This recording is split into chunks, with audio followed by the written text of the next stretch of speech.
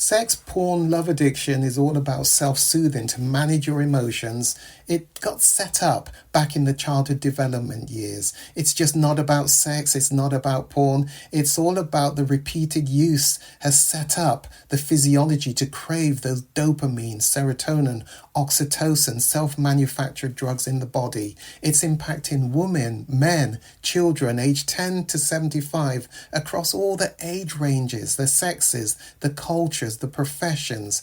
It increased exponentially during COVID lockdown and impacting so many lives. The Kairos Center has created the first online comprehensive sex porn love addiction. It's a video on demand recovery program which you can access from anywhere in the world and begin to see identifiable changes just within 6 weeks of beginning this weekly program. Kairos means your appointed time. Isn't it your time to reclaim your life? Bring color back to life without shame. Click the link below and begin your journey. You owe it to yourself and to others.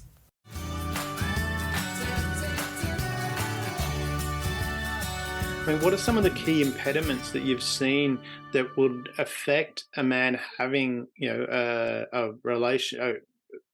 relationship with other people in a positive way, relationship with a partner, and then eventually having children, a relationship with the children? What are some of the key impediments that you've seen?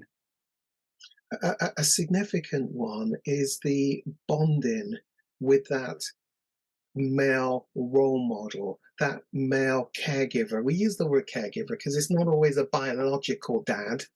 Yeah. It could be even a grandfather, an uncle, but it is all about the bonding with Mm, at least one significant other. So ideally, of course, it's just got to be good enough with a mother, hmm. because you don't get a choice there, because she's carried this fetus for 9 months and Mm, the baby's going to come out. So that's a significant one. If that bonding is disrupted, that's going to have real big issues. And then you start to talk about yeah. this thing called attachment or insecure attachment, which we'll touch on.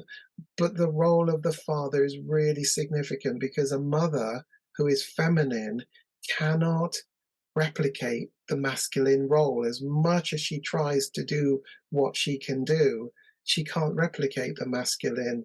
And all the research, all the writings will show us Mm, something about the best rounded child is one that has these two parent figures.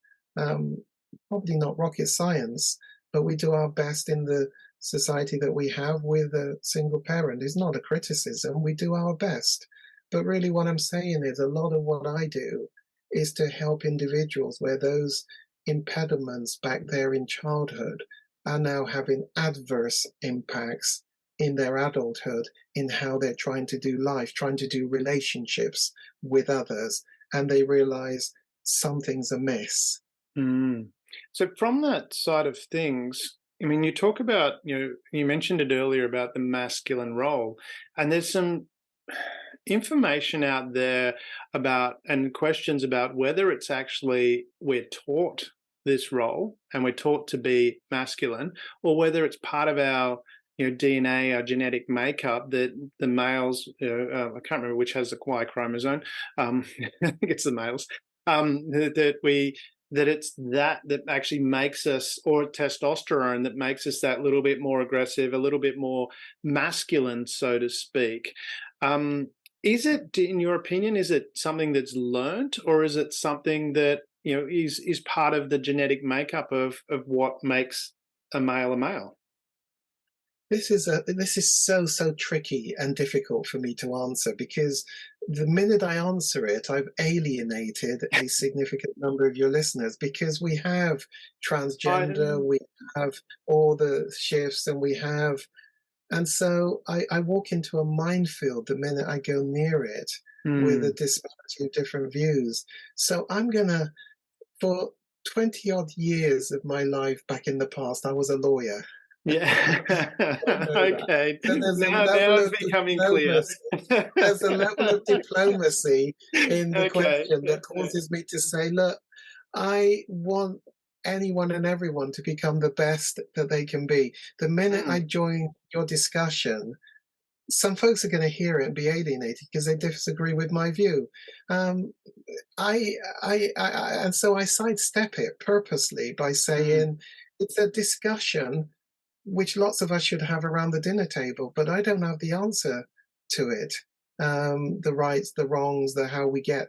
But I do know if mm. we get closer to the nature nurture Yeah. thing, that nurture plays a significant part of the Mm, shaping influence. And mm, that's the bit which I try to get involved with as a therapist because it goes wrong at times because the baton that's handed to so many of us because of the role modeling that isn't the best. And I'm never talking about perfection. I'm talking about the parental role that needs to be good enough. When it's not good enough, mm. stuff goes wrong and it shapes us, the developing children, into really stuff later in adulthood that just isn't working anymore. 'Cause it's an interesting point that you've raised there, and I like that you sidestepped it answering the question because I wonder about that because if we isolate it and say, okay, a masculine, a men, the masculine side is that more, and let's say masculine and feminine because, and I've got a lot of friends who are are gay and whether you include two females and doesn't As matter, do they're I. same As do sex. I. Yeah, same Yes. exactly. So, and from that, we don't have those discussions. We don't have discussions about whether they're gay or not, and because they're people, and Hmm. it's annoying that we have to sidestep around that conversation because, and I've done this in the past where I've gone, oh, I'm justifying that I've got gay friends, and I go, what the hell am I doing? The, Absolutely. I know a black person. I've got a friend who's black. It's just I don't even want to begin that conversation. It's just bleh, bleh. Yeah, exactly, and that's the point that I was trying to get to with this because when you look at it, I mean, you look at a number of things. For example, one of my and I don't know that really counts as a sport, but it's battle bots.